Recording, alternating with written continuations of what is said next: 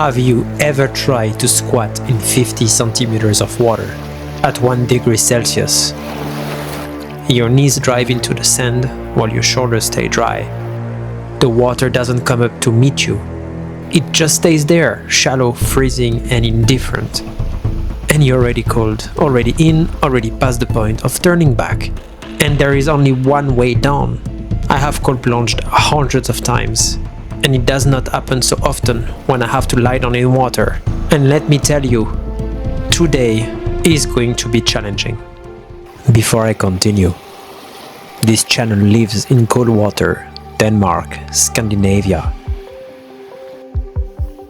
Cold plunges, quiet mornings or late evenings by the sea.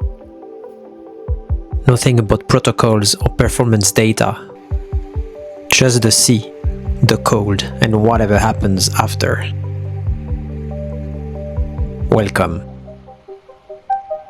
I had seen this spot and imagined it so many times on how I would cold plunge it. Long pier, benches facing the sea. The kind of place where you put it on a list and then wait for the right day. But today was not the right day. You had wind, very cold temperature, clouds pressing down on the water. But I went in anyway. First time at this place. And the water met me at my knees, and it stayed there. There is a moment where you have to accept what the place is giving you. And at this very spot, I stopped and started to think how my cold plunge would be. I have to go all the way down and lie literally on my back. And as you can see, I have my beanie hat, which will get wet because it is that close to the water. And that's how shallow this cold plunge was today. The very funny part here is that the position says rest. You're back on the sand, your body stretched out, the posture of someone who literally has stopped fighting. But trust me, I was fighting with the cold and the water. 5 degrees Celsius on the outside doesn't care whether you're braced or stretched out, it just arrives. And when you're lying down, it arrives from every direction at once. Your chest, your stomach, your legs, the back of your neck, just above the waterline.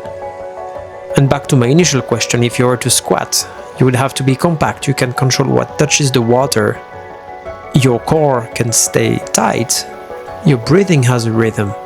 But those weren't the conditions I had today. Lying down, you cannot brace. There is nothing to push against. Every wave that comes in crosses your entire body. The wind finds you from above, and you would think this would be relaxing, but trust me, it is not. And in a way, everything here signals me to be present, to let go of everything to make sure I get the most out of this session. And once again, the position that looks like surrender is the one that requires the most attention. And like I said, I had cold plunge once where I had to lie down where the conditions were really not great. And those I can genuinely count on one hand. Not the best experience I've had in terms of conditions to get into the water and then focus. But on the other hand, the one thing I really got to work on those sessions is resilience. My mind telling me don't go in, my body telling me I'm not going to be really relaxed. But yet, I'm finding that little voice to push through and trying to find a way to get into the water. And if you were to tell me the first time I went into cold water to cold plunge that one day I would be doing such session, I probably wouldn't have believed it.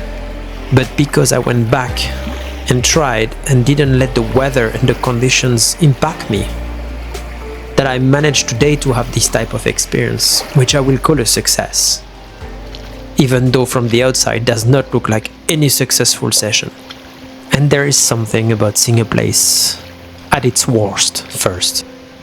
You don't get to fill in the gaps with imagination. You don't get the flattering angle, the postcard view. You get what's actually there. And on a difficult day like today, in difficult conditions, when the place has no reason to impress you, and you learn something you cannot learn any other way.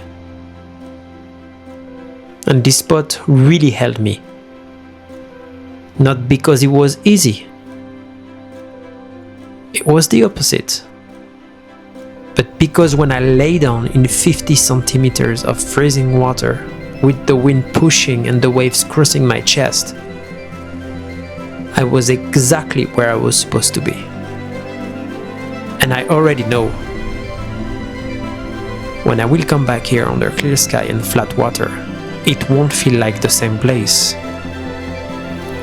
But I will know what it already looks like. I have seen it already under its worst conditions. Cold plunging in Denmark is genuinely such a fantastic experience, and if you've been on this channel for a while, you'll know that I've tried so many different types of spots. Some are genuinely amazing, and some are not so great. But I'm always trying to look at the angle of how is this bringing something into my life? How is this making my experience that much better? And yet the conditions are not fantastic, but I got something out of it.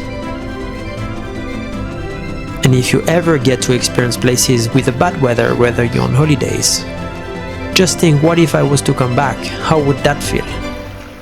And if I was to think of how is this applying to my current life, current situations, current experiences, yet sometimes I may be expecting a certain situation to be in a good way, and it turns out that I'm challenged. So how do I manage that expectation and anyways go through the experience?